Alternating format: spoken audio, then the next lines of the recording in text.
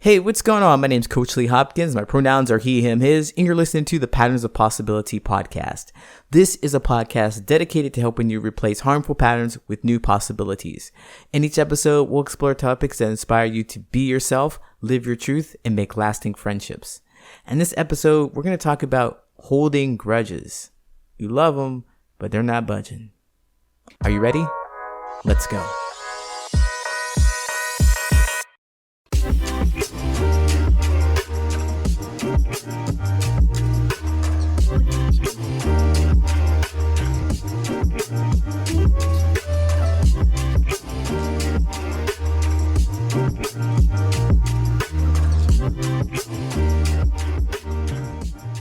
You're the worst. I cannot stand you.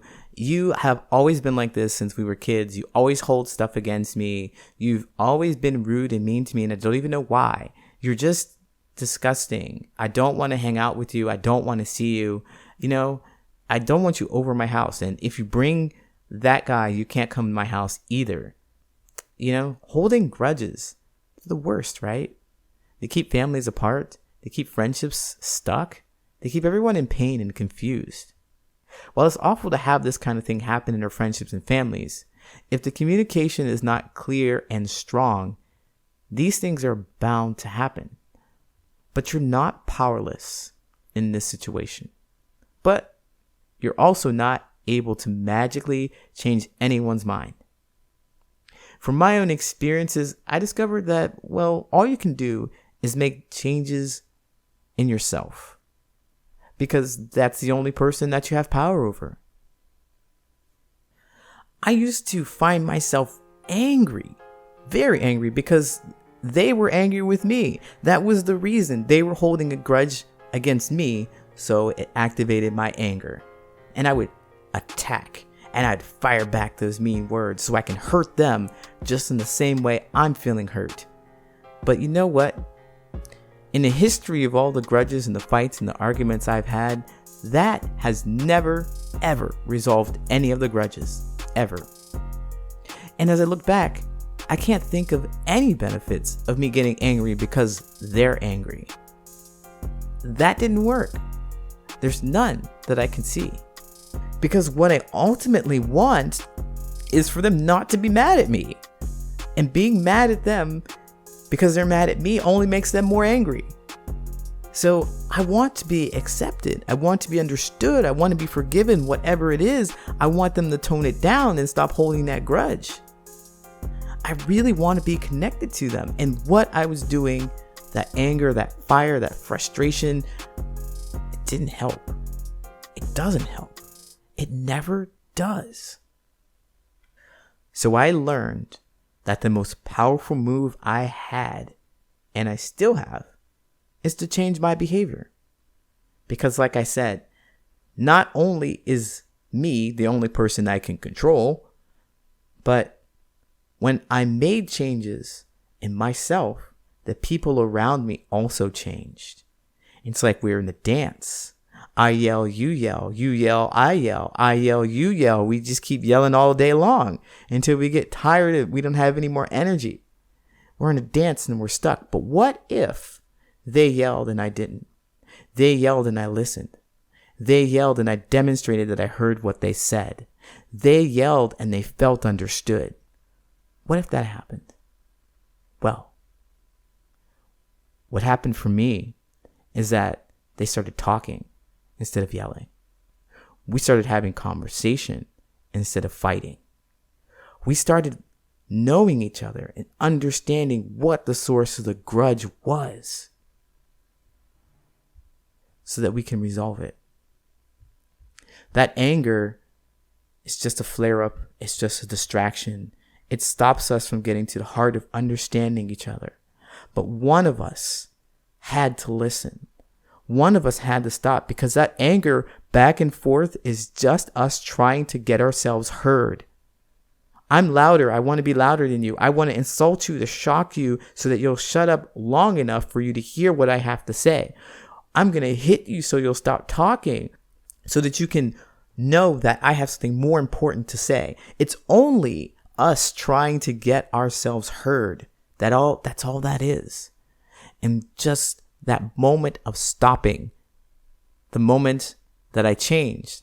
I stopped reacting to the hate, to the anger, to the frustration, to the fear, and let that stuff roll over me, because I know it is just a distraction from what is really underneath. I know that it hits me hard, but if I know myself well enough to let it pass through me, know that it's not about me, not let it take my peace, I can withstand. I can listen. I can demonstrate that I heard them. And then we can have a real conversation about what's happening underneath. And that's how I broke so many patterns in my life. Because when it comes to getting through to people who hold grudges, I find that those people who close off and hold grudges have been hurt themselves. And they simply want to protect themselves from more pain. That fiery display of anger keeps that perceived threat at bay. Now, based on my own experiences and what I just described, I hope that I can share something with you to help you get to the heart of a grudge. Just keep in mind that they're trying to keep this perceived threat that you are at bay. The first thing you really want to do is help them stay cool. Like, try becoming curious about what they are saying. Take interest in what they are saying. That will help them feel safe enough to share without running away, throwing a fit, or closing up.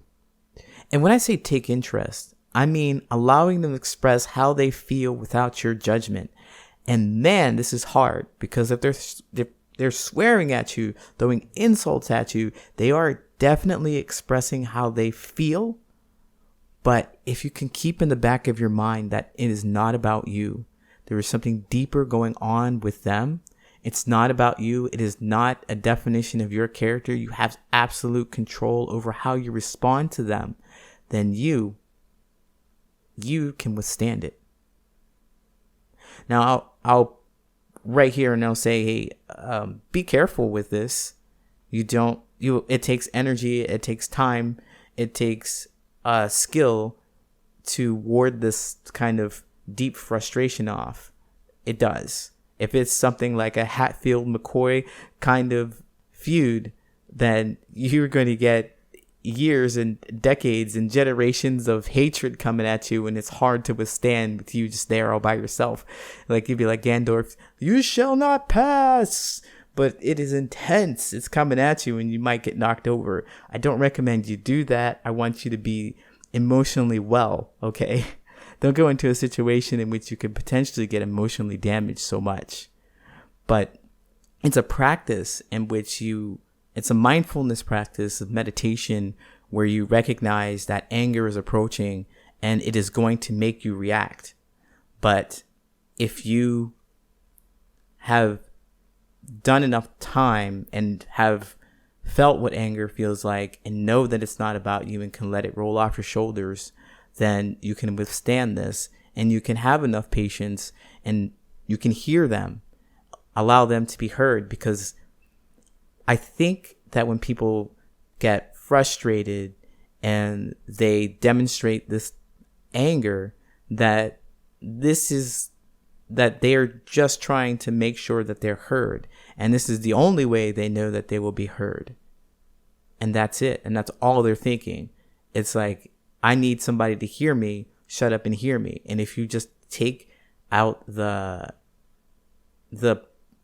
pushback and they recognize that they are starting to be heard, they won't have to put so much energy into trying to be heard, because you're just silently listening.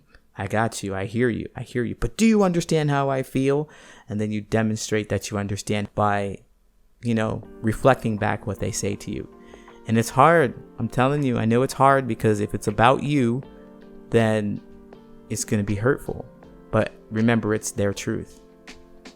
So this is what I've done in my connections with people, recognizing that it's not about me, and what I want overall, more so than them not to yell in my face today, but is for them to forgive me, or to care about me or to connect with me again.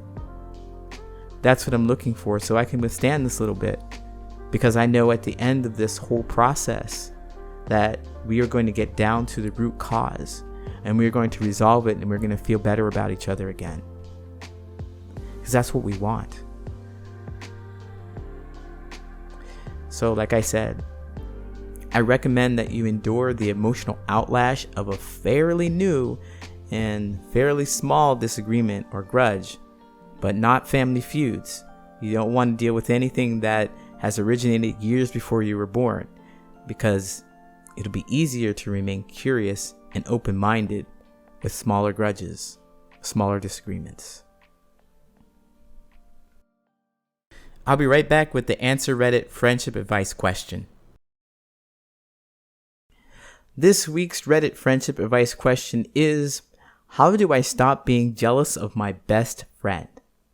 I am a 22-year-old female and have been best friends with, let's call her Cindy, who is 23 and a female, for over 6 years.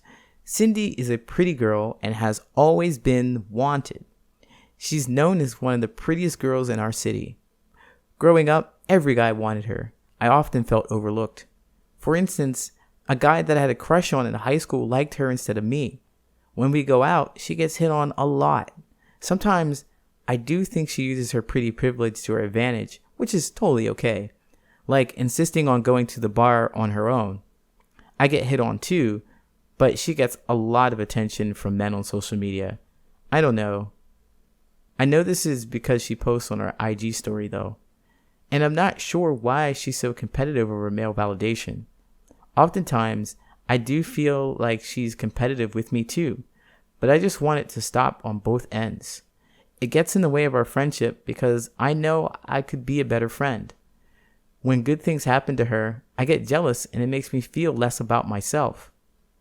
There are times when I feel like she knowingly copies something I do or wear, which I don't care about, but I feel like it's done in a sneaky way, or she doesn't acknowledge it when I bring it up.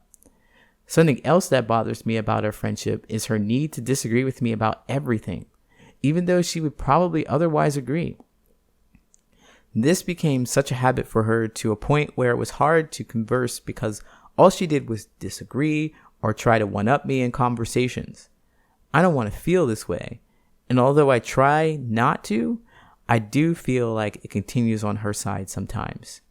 What do I do? Redditor, I really thank you for creating this post. It's really interesting to me because it feels like a feud. It feels like a grudge. It feels like a grudge, not a feud. That's like generational thing. But it seems like ever since you two have become of age where you are attracted to the opposite sex, or you're attracted to people, that it's been 6 years. You've been friends for 6 years, and she's always been the prettiest girl in the city, and you've always been the runner-up. Essentially, that's what I'm reading here.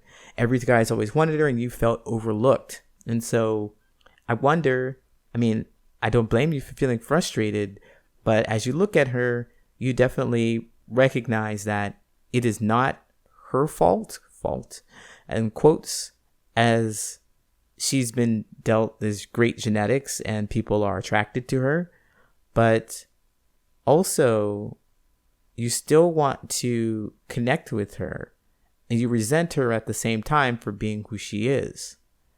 And I want to bring that to light because although she is doing some things, it seems like she's often competitive with you. You said you wanted to stop on both ends. She copies some of the things that you do. There's something that is really not being said between the two of you, talking about the jealousy in particular. So how do you want to stop being jealous of your best friend? You want to stop holding a grudge. Well, you really want to start sharing exactly what you're feeling second best. That's the overall feeling, is that you're feeling second best. And there's zero things that you can do about it. People are just more attracted to her and they're not as attracted to you. And you say that you want this to stop on both ends, the competitiveness on both ends, and you have all the power to do it. You, friend, have all the power to do it. I say this because, of course, we want to talk about or recognize, let's say right here in this moment, we want to recognize what the true problem is. And the true frustration is that you are second best. Everything else is secondary, but you feel second best. And everything else your friend does, Cindy does, to, I don't know, just frustrate you. It just frustrates you. Everything she does frustrates you. You want to acknowledge where that's coming from and why. You want to acknowledge where that's coming from and what makes you feel that you can assign blame to her for it. It's happening because people like her, and there's nothing you can do about the behaviors of other people.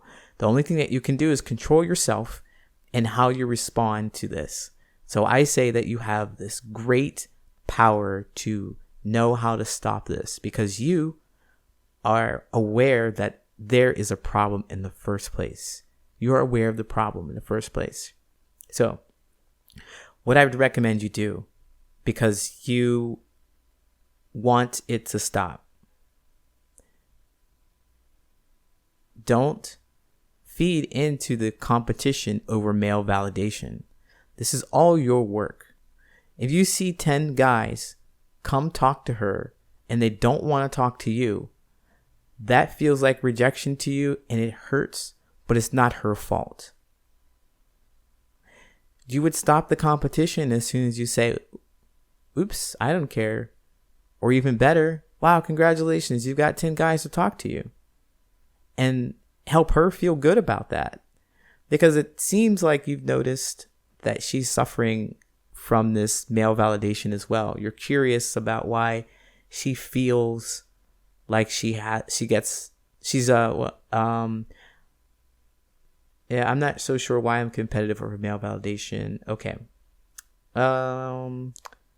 She gets a lot more attention from men on social media because she posts on her IG story, and you don't know why you're so competitive, but you feel like she's also competitive with you. And of course, it's a competition. That's how you are connected with each other, but you can stop that, all of it, as soon as it doesn't matter to you. As soon as that stuff rolls over your shoulder, you don't care about it. You see her with lots of men and it's no big deal. Even if she were to brag to you and say, you see those guys? They were so interested in me and oh my God, I don't want to do anything with them. You can have them. You'd be like, oh, that's cool. Thanks. Seriously, that's hard to do. I know it's emotionally heart-wrenching and it takes effort because it's just so important and it feels so real to you, but that's how you stop it.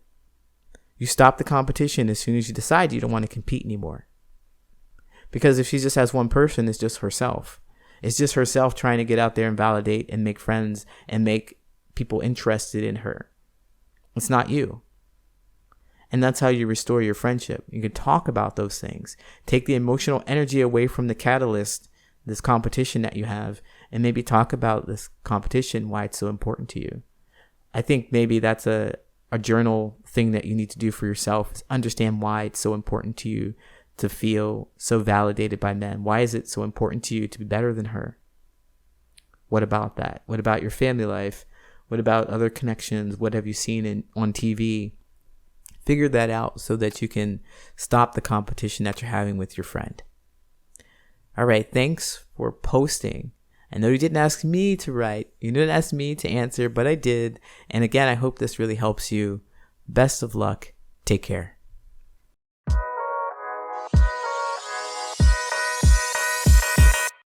My name is Coach Lee Hopkins, and you have been listening to the Patterns of Possibility podcast. You can find me at patternsofpossibility.com and on all social media at Patterns of Possibility.